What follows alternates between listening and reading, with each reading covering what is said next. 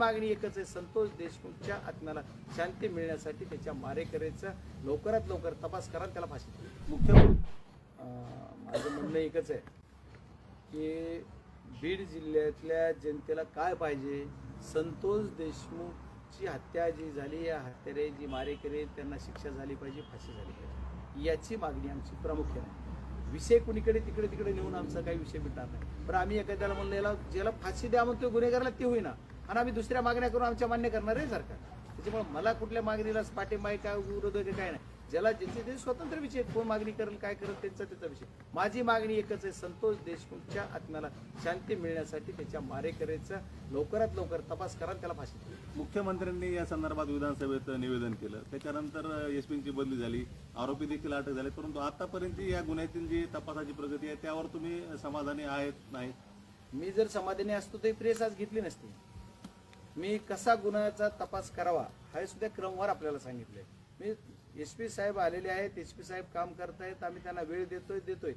28 तारखेला एवढा मोर्चा आम्ही सर्व समाजाने आयोजित केलेला आहे, त्याला मी पण हजर राहणार म्हणून सांगितलं. त्याच्या अगोदर एसपी साहेब काय असतं, सीडीआर काढले, कोण कुठं माणूस आहे कळतो ना लगेच, एक आरोपी हे करा ना. मग सगळे आणि क्रमवार सगळ्या तपशिलाची माहिती जरा जनतेला दिली पाहिजे, ती दिली जात नाही. त्याच्यामुळे बाकी दुसरा विषय काही नाही. तरी एसपी साहेबांनी लवकरात लवकर तात्काळ काम करावं. आता हे कसं झालंय, हा गुन्हा इकडला सीआयडीकडे गेले तर सगळे गुन्हे सीआयडीकडे गेलेत रात्री असं कळतंय.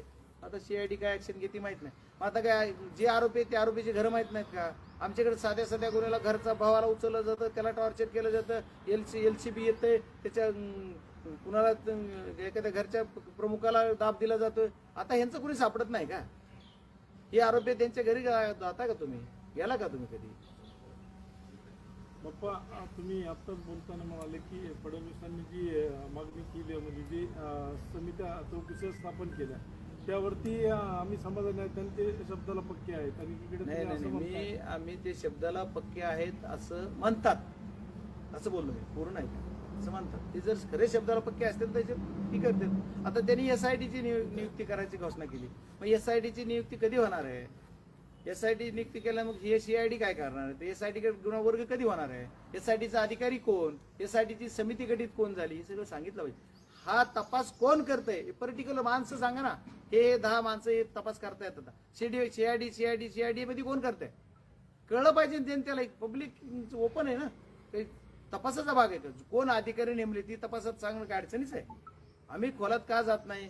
तुम्ही कसं पकडलंय नका सांगू, तुम्ही सिलेंडर झालंय का पकडलंय नाही सांगायचं नका सांगू, तुम्ही तपासात काय केलं नका करू, जे असेल ते तुम्ही तुमचं करा. पण या सर्व लोकांना फाशीच झाली पाहिजे, तरच ही बीड जिल्ह्यात स्वच्छ होईल. त्या सभागृहात ते देखील म्हणाले की एखाद्या मंत्र्याला तुम्ही अशा पद्धतीने बदनाम करणं हे योग्य नाही. आता खोटं बदनाम केलं, आम्ही काय केलं बदनाम? तुम्हाला काय बदनामी वाटते तुम्ही ठरवा. त्यांना तुम्हाला ते माहिती, मला माहित नाही. आम्ही काही बदनामी करायचं बोलत नाही, कुणाची बदनामी करत नाही, मी जातीवादी बोलत नाही, कशावर बोलत नाही.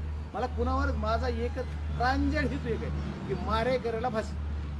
मात्र आपण जर बघितलं तर इथं मंत्र्यापासून आमदारापासून उपमुख्यमंत्र्यापर्यंत सगळे जरी भेटून गेले, मात्र त्याचा रिझल्ट आलाय असं वाटतंय का तुम्हाला? तो जर आला असता तर न्यायाच्या संदर्भातली कशी प्रक्रिया व्हायला पाहिजे? समजा ते भेटून गेलेत, मग राजकारण कोण करतं हे तपासलं पाहिजे. म्हणजे माझं तेच म्हणणं आहे की काय चोर कोतवाल का डाटे असा धंदा आहे. आम्ही काय राजकारण करतोय? तुम्ही सगळेजण येताय, भेटताय, आनंद आहे, कौतुक आहे. तुम्ही येता तर तुमचं कौतुक केलं पाहिजे. तुम्ही इथून जायचे आहात, अरे कितले माणसं आहे, त्यांचे नावं काय? हे जी भेटायला येऊन जाते त्यांच्या नावात काय दम आहे? यांनी जर इथून जायचे आत अटक केली पाहिजे पोलिसने या लोकांना. आरोपी कसे सापडत नाही? सगळ्यांना सगळं सीडीआर काढून सगळ्याच तुम्ही काढणार आहे त्यांच्या. मी म्हणलं खोलात झालं की सगळं सापडत नाही. मग हा नेमका फार्स केला जातोय का फक्त भेटीचा? आता मी त्याच्यावर काय बोलू? मी एकच म्हणतोय की या गुन्हेगारांना फाशी, आणि याच्यासाठी काही फास्ट ट्रॅकवर होईना. अगोदर तपास फास्ट ट्रॅकवर करा, त्याच्यानंतर आपण केस फास्ट ट्रॅकवर सोडू. सगळ्यांची बाप्पा हीच भूमिका आहे की गुन्हेगारांना शिक्षा झाली पाहिजे, मात्र प्रत्यक्षात हे होत नाही. हे का होत नाही हेच मला कळत नाही ना. हेच मी तुम्हाला विचारतोय तुमच्या माध्यमातून सत्ताधाऱ्यांना की का होत नाही. आता मी कुठे सत्यात आहे?